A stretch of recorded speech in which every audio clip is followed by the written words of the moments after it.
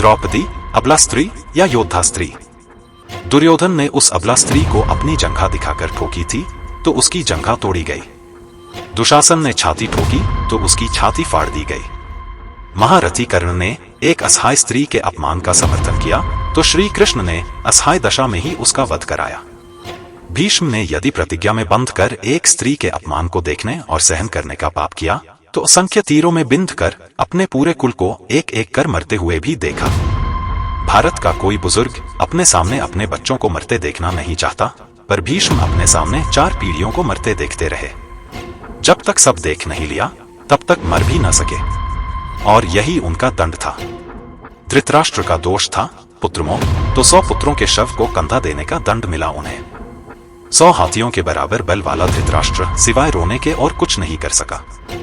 दंड केवल कौरव दल को ही नहीं मिला था, दंड पांडवों को भी मिला। द्रौपदी ने वरमाला अर्जुन के गले में डाली थी, सो उनकी रक्षा का दायित्व सबसे अधिक अर्जुन पर था। अर्जुन यदि चुपचाप उनका अपमान देखते रहे तो सबसे कठोर दंड भी उन्हीं को मिला।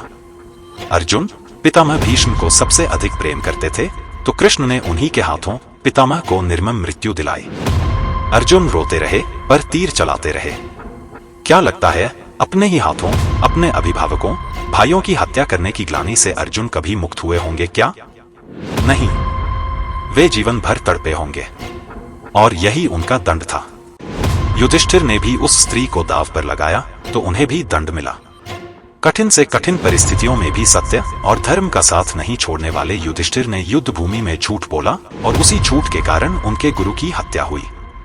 यह एक झूठ उनके सारे सत्यों पर भारी रहा। धर्मराज के लिए इससे बड़ा दंड क्या होगा? दुर्योधन को गदायुद्ध सिखाया था स्वयं बलराम ने। एक अधर्मी को गदायुद्ध की शिक्षा देने का दंड बलराम को भी मिला।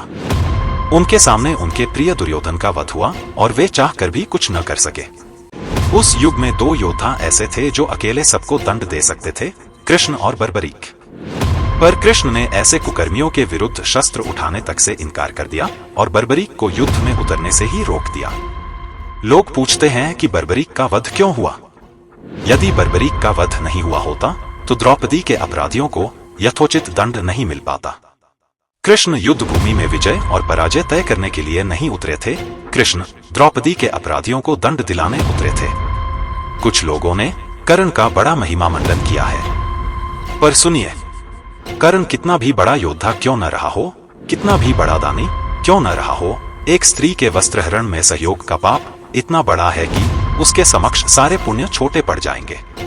द्रौपदी के अपमान में किए गए सहयोग ने यह सिद्ध कर दिया कि वह महानीच व्यक्ति था और उसका वध ही धर्म था।